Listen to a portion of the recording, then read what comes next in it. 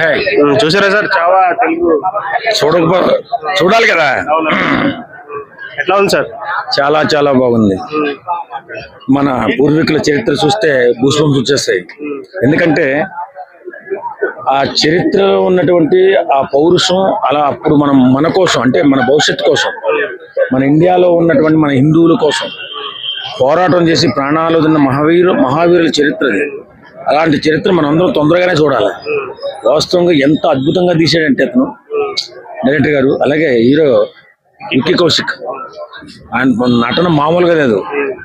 మన RRR లో ఎన్టీఆర్, మన రామ్ చరణ్ నటనలో ఉంది, ఎన్టీఆర్ నటన ఎలా ఉందో అలా ఉంది నటన. ఏమి అద్భుతమైన పర్ఫార్మెన్స్ మామూలుగా చేయలే, చాలా అద్భుతంగా చేశాడు.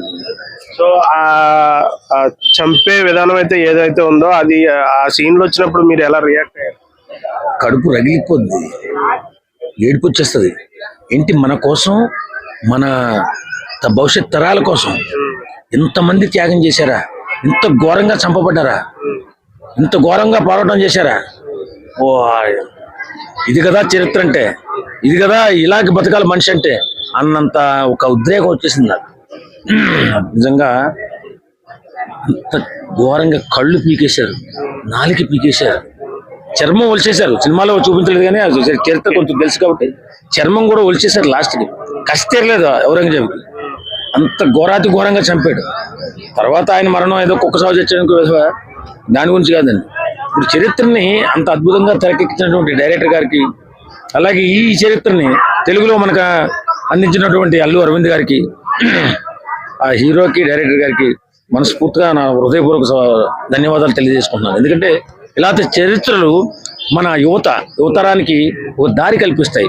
ఎందుకంటే అంతమంది చనిపోయారా మన కోసం, ఇన్ని త్యాగాలు చేశారా, ఇంత నీచాతినీచంగా అప్పుడు ముస్లిం రాజులు ఇంత నీచాతినీచంగా మన జనాలను చంపేశారా, ఈ మన దేశం కోసం ఇంతమంది ఒరిగిపోయారా. అలా కళ్ళ నీళ్ళు వచ్చేస్తే ఆ సినిమాని ఆలోచిస్తే. అప్పుడు ఈ చరిత్ర తెలియాలి కుర్రోళ్ళకి. తెలిస్తే అప్పుడు పెద్దల పట్ల గౌరవం, మన నాయకుల పట్ల గౌరవం ఉంటుంది, గౌరవంగా నేర్చుకుంటారు వాళ్ళు.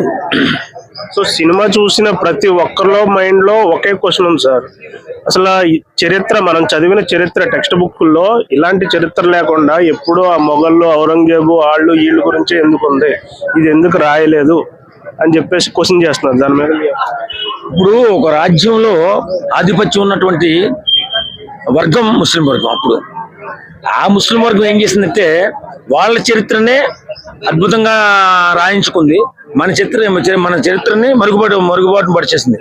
కాబట్టే వాళ్ళ చరిత్ర ఎక్కువగా కనపడుతుంది ఎక్కడ చూసినా. కానీ వాళ్ళు చేసిన ఘోరాలు గట్ట కనిపించవు. వాళ్ళు మన వాళ్ళని, హిందువుల్ని ఓసుకోతకు వచ్చేసారు. ఎక్కడ పడితే అక్కడ కాషాయం ధరిస్తే చాలు, కాషాయం ధరించి కనపడ్డా వాడిని తగలబెట్టేసేవారు ఆయన నూనె పోసి. అంత ఘోరంగా చంపేసి చిన్నపిల్లల్ని ఎక్కడన్నా దారంటే ఒక ముస్లిం రాజులు వెళుతున్నారు అనుకో, ఎక్కడన్నా ప్రయాణికి దారిలో కనపడ్డ వాళ్ళు అందరినీ చంపుకుంటూ పోతుండేవారు. మనిషి అనేవాడు ముస్లిం అయి ఉండాలి, వాడు ముస్లిం మతంలోనే ఉండాలి, వీరుడు కూడా ముస్లిముడు అయి ఉండాలనుకున్నారు. కానీ వాళ్ళకి ఒక్క ముస్లిండు కూడా, ఒక్క వీరుడు కూడా పుట్టలేదట. ఆ మాట ఇందులో ఔరంగజేబు అంటాడు. అలాంటి సినిమా చూడాలండి. సినిమా చూస్తున్నంతసేపు ఎక్కడైనా ఇది రియాలిటీ కాదు, ఒక సినిమా అన్న ఫీలింగ్ ఎక్కడైనా వచ్చింది? లేదు, చాలా అద్భుతంగా తీశారు ఆ సినిమాని. అది రియల్ స్టోరీ ఇంకా చాలా ఉంది. వాళ్ళు పెట్టిన చిత్రంలో గోళ్ళు పీకడము, కళ్ళు పీకడము, నాలుగు కోసేయడం కాదు, ఇంకా నీచంగా ఆడవాళ్ళని స్తనాలు కోసేయడం చాలా ఘోరంగా చేశారు వాళ్ళు. ఆ చరిత్రలు చాలా ఉన్నాయి కానీ మరుగున పడిపోయాయి. అవి ఒకటి బయటికి తీస్తే వాళ్ళు ఎంత క్రూరులో తెలుస్తుంది. మనం ఈవేళ పీలుస్తున్న గాలి వాళ్ళు వదిలేసిన ఊపిరి. ఈ రోజు మనం పీలుస్తున్న గాలి ఏదన్నా ఉందంటే వాళ్ళు స్వతంత్ర సమరయోధులు వదిలేసిన ఊపిరి. ఆ ఊపిరి వాళ్ళు వదిలితేనే మనం ఈవేళ గాలి పీల్చుకుంటున్నాం. అది గుర్తించుకుని ఇలాంటి చరిత్రలు తీయడానికి ప్రయత్నం చేయాలి. ఇలాంటి చరిత్రలు యువతరానికి తెలియాల్సిన అవసరం కూడా ఉంది. Okay sir, thank you.